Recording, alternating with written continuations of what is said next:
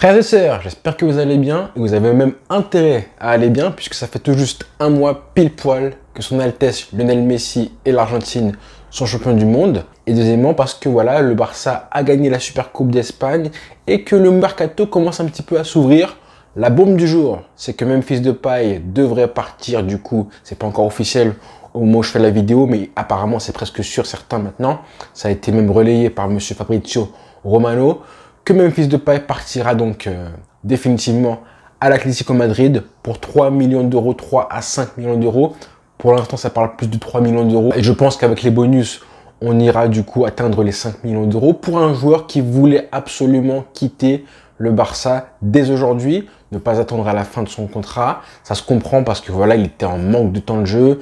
Il manifestait par son attitude, ça se voyait qu'il voulait jouer plus souvent et ça se comprend totalement. C'est un joueur qui aura 29 ans dans un mois et demi, je crois, donc forcément, sa carrière se joue maintenant. Il veut continuer à performer dans un grand club. Il a encore cette espèce de valeur marchande, cette espèce de cote aux yeux des clubs qu'il veut utiliser tout de suite, ne pas être encore sur le banc 6 mois de plus. Donc ça se comprend que le joueur veuille partir. Surtout que forcément, il n'était pas titulaire au Barça. Dans la hiérarchie, je pense qu'il était 4e, voire 5e attaquant alors qu'on joue à 3 devant, voire 6e. Si je compte le fait qu'il peut jouer en numéro 9, il est derrière Lewandowski, Ousmane Dembélé, Rafinha qui sont les 3 titulaires potentiels. Ansu Fati et Ferran Torres sont légèrement devant lui aussi. Clairement, il était 6e dans la hiérarchie. Donc ça se comprend, je pense qu'il a compris qu'il pouvait partir pour un joueur qui est arrivé en 2021. Rappelez-vous déjà en 2020, en septembre 2020, lors du Burofax, c'est l'arrivée de Koeman au Barça. Déjà, Koeman voulait faire venir Memphis Depay de Lyon au Barça. Malheureusement, pour des problèmes financiers, le club était déjà dans une situation très critique financièrement. Finalement, il est venu un an plus tard, gratuitement, à la demande de Ronald Koeman. C'était clairement le joueur phare de Koeman à l'époque, avant de se blesser. On se rappelle de son bon début de saison quand même. Il avait fait un bon début de saison quand Messi était parti à l'été 2021. Il avait marqué un très beau but face à Bilbao. Il était vraiment l'arme offensive du Barça à ce moment-là. On essayait un petit peu de se relever. Et c'était clairement le joueur phare qui aurait pu un peu prendre les rênes de l'attaque du Barça, s'affirmer comme un leader technique à cette époque-là. Malheureusement, bon, si on fait son passage un petit peu en résumé, c'est quand même 14 buts marqués en 42 matchs au Barça. C'est un bilan correct en plus en ayant été meilleur buteur du Barça la saison dernière. Je crois que c'est 12 buts marqués en ayant été aussi blessé. Donc pour un bilan, statistiquement parlant, c'est quand même assez correct de la part de Memphis Depay. Malheureusement, on sait qu'il n'a pas forcément le niveau que le Barça demande aujourd'hui. C'est un joueur qui a du mal à trouver sa place dans le collectif, encore moins dans un 4-3-3 où on joue avec des vrais ailiers. Lui, ce n'est pas forcément un vrai ailier. En tout cas, plus le temps passe et plus il a du mal à avoir ce rôle qu'il avait quand il jouait du coup, par exemple, à United. Mais c'était déjà il y a 6-7 ans de ça, que ce soit à Lyon ou ensuite après. Il a pu jouer dans un rôle de 9,5, deuxième attaquant. Et forcément, au Barça, on n'a pas ce poste-là qui est taillé sur mesure pour lui. Du coup, malheureusement, il a rejoint cette liste des joueurs qui n'ont pas réussi à trouver leur poste vraiment au Barça, que ce soit Coutinho, Griezmann. Tous ces joueurs qui auraient besoin d'avoir un collectif qu'on taille pour eux-mêmes, en fait. Sauf que Memphis Depay, lui, c'est un soliste. C'est pas un joueur super collectif, c'est un joueur qui est très irrégulier, c'est un joueur qui brille par des exploits individuels, qui ne fait pas forcément tourner un collectif. Malheureusement, avec cette espèce d'irrégularité qu'il a, aujourd'hui au Barça, franchement, il n'avait pas le niveau. Je sais qu'il y en a plein qui ont reproché à Xavi de mal gérer les joueurs avec leur temps de jeu, parce que voilà, il y en a qui pensaient que certains étaient privilégiés comme Ferran Torres. Il y en a qui le pensent, que Ferran Torres ou Ansu Fati ne méritent pas forcément de jouer plus que Memphis Depay, et que Xavi a du mal à gérer ce temps de jeu-là. C'est vrai, mais j'ai envie de dire que pour Memphis Depay, pour moi, ce n'est pas forcément le cas. Alors certes, il a été blessé récemment de longue durée, c'est vrai, mais à chaque fois que Xavi l'a fait jouer, honnêtement, il a montré des choses, des lacunes techniques, des lacunes tactiques aussi, et une confiance en lui qui est franchement en déclin. On se rappelle de son match il y a 10 jours de ça face à Intercity qui avait été dramatique. Honnêtement, je pense que la meilleure décision, la plus sage en tout cas, c'est de se séparer entre Xavi et Memphis Depay. On sait très bien que Xavi, ce n'est pas son joueur, même s'il a dit en conférence de presse aujourd'hui même qu'il était surpris, il aurait voulu donner du temps de jeu à Memphis Depay, et en plus les échéances à venir, là, la Coupe du Roi, tout ce qui va se passer, je pense que lui, il aurait eu du temps de jeu, Memphis Depay. Est-ce qu'il aurait prouvé? Moi, je pense pas. Je pense que là, au niveau confiance Et niveau rôle dans l'équipe, on peut largement se passer de Memphis Depay.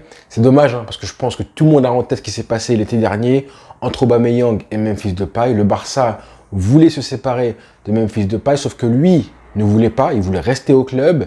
Du coup, on a dû laisser partir Aubameyang à Chelsea, alors que je pense que la quasi-totalité de la fanbase du Barça, les dirigeants, les joueurs et tout le monde, Xavi lui-même, je pense qu'ils voulaient tous garder en priorité Aubameyang et laisser partir Memphis Depay. Malheureusement, Memphis Depay a décidé de rester au Barça. Et voilà, on le laisse partir maintenant 6 mois plus tard pour un rival, en tout cas un rival, pas au titre cette année parce que les Colchoneros sont trop loin, mais on le laisse partir pour un concurrent direct, régulier en Liga. C'est un peu dommage, certes, mais bon, le joueur voulait absolument rester en Espagne. Après, j'ai envie de parler du prix. Il y en a qui vont se plaindre du fait que, encore une fois, c'est peut-être un transfert qui favorise les finances de l'Atlético Madrid. Quand on parle d'un joueur qui a un CV comme Memphis Depay et une valeur marchande, une cote, surtout une cote aux yeux de l'Europe, j'ai envie de dire que c'est bizarre que personne ne prenne en compte le fait que ce mec-là a un contrat qui se terminait là dans 6 mois. Donc ça, il faut le prendre en compte indispensablement, c'est vital même. Là, il aurait ui partir gratuitement là en juin à la fin de la saison. Donc honnêtement, pour moi, c'est pas forcément une mauvaise affaire de la part du Barça. Certes, on va renforcer l'Atlético Madrid, mais est-ce que le Barça va vraiment s'affaiblir? Est-ce que vraiment Memphis Depay aurait pu apporter au Barça? Peut-être, hein. Dites-le moi en commentaire, mais est-ce que vraiment là, les prochains matchs, on aurait pu avoir besoin d'un Memphis Depay? Peut-être pour les petits matchs de Coupe du Roi, etc.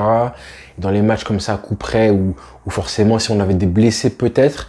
C'est vrai que Xavi a dit qu'il voulait absolument un effectif au complet, que si Memphis Depay partait, il fallait un remplaçant. Et du coup, là, il y a quelques minutes, on a appris que le Barça n'a pas encore abandonné la piste qui menait à Yannick Ferreira Carrasco de l'Atlético Madrid et que le Barça négociait encore un prêt. Si honnêtement on pouvait remplacer Memphis Depay par M. Carrasco, franchement en prêt, à moins que ce soit un prêt payant, normalement il n'y aura pas de frais pour recruter Carrasco en prêt pour 6 mois. Si on peut le faire venir au Barça gratuitement entre guillemets, avec un salaire moindre, peut-être payer une partie par les Colchoneros, franchement je ne dis pas non. Je dis pas non, même si c'est pas forcément le même joueur, hein. Là c'est un vrai ailier, hein. Ferreira Carrasco c'est un vrai ailier gauche qui peut jouer à être à l'aise en tant que ailier gauche, qui en plus a un profil qui du coup correspond un petit peu à ce que Xavi voudrait, un profil d'ailier mais aussi de milieu de terrain, de piston, qui a un gros coffre qui pourrait naviguer sur le côté gauche. Franchement, moi je serais pas forcément contre, même si ce n'est absolument pas le même profil. Franchement, pour 6 mois, je ne dis absolument pas non.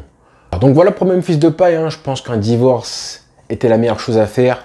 D'autant plus que son comportement n'a pas été forcément super. On le voyait sur le banc, bouder, manifester son espèce de mécontentement, comme quoi il avait pas assez de minutes temps de jeu, ce qui est normal chez un footballeur, hein. Et pareil, là, on a entendu que même aujourd'hui, peut-être qu'il était en train d'organiser un bras de fer avec le club en séchant la séance. Donc là, j'espère que c'était faux. Mais ça ne m'étonnerait pas que ce soit vrai non plus. Peut-être que le club a du coup essayé de camoufler l'affaire en disant que oui, il avait donné son accord pour que le joueur ne soit pas là à l'entraînement. Moi, je pense qu'il y a quand même anguille sous roche et que vraiment, il fallait un divorce parce que là, c'est plus possible. Ça allait créer une espèce d'ambiance négative. Alors que c'est un joueur qui a toujours été exemplaire niveau professionnalisme. On le sait de l'extérieur et même avec les paroles de Xavi, de ses coachs, on sait que c'est un joueur qui a été un leader, un exemple pour tous les jeunes joueurs de l'équipe, de l'effectif. Et voilà, il a contribué quand même à ce que le Barça se redresse progressivement, hein. Et en plus, il arrivait vraiment à un moment, le pire moment de l'histoire du club, en tout cas au XXIe siècle. Il a contribué à sa manière, il a fait ce qu'il a pu, avec Aubameyang, avec tous ces joueurs comme Adama Traoré, etc. Donc, on va quand même le remercier, monsieur Memphis Depay, pour ce qu'il a fait pour le club. Franchement, merci. Et mine de rien, je pense que avec un joueur qui veut autant partir et qui montre son désir de partir, ça mettait les Colchoneros en position de force dans les négociations. Raison pour laquelle, voilà, le prix n'est pas énorme, hein. Je pense qu'un joueur comme lui vaut beaucoup plus que ça. Mais dans le contexte actuel, avec un joueur qui veut partir, avec un Barça qui est quand même en galère de thunes, avec un joueur qui a un contrat qui se termine dans 6 mois, je pense qu'au niveau négociation, c'est ce qu'il y avait de mieux à faire. Le contexte, il faut le prendre en entier, c'est important. Donc voilà les frères, rendez-vous demain évidemment pour le débriefing du match face à Ceuta Hein, match de Coupe du Roi à l'extérieur, attention au match piège, comme c'est dans des conditions qui sont un petit peu particulières. Prendre l'avion, le bateau, je sais pas trop quoi. Xavi a convoqué tout le groupe sauf Araujo, c'est une bonne chose, hein, parce que Araujo, on sait qu'il est un peu fragile et qu'il faut le préserver, hein, parce que là, la saison qu'il nous fait, c'est la pépite à garder au chaud. Donc voilà les frères, bonne soirée à tous.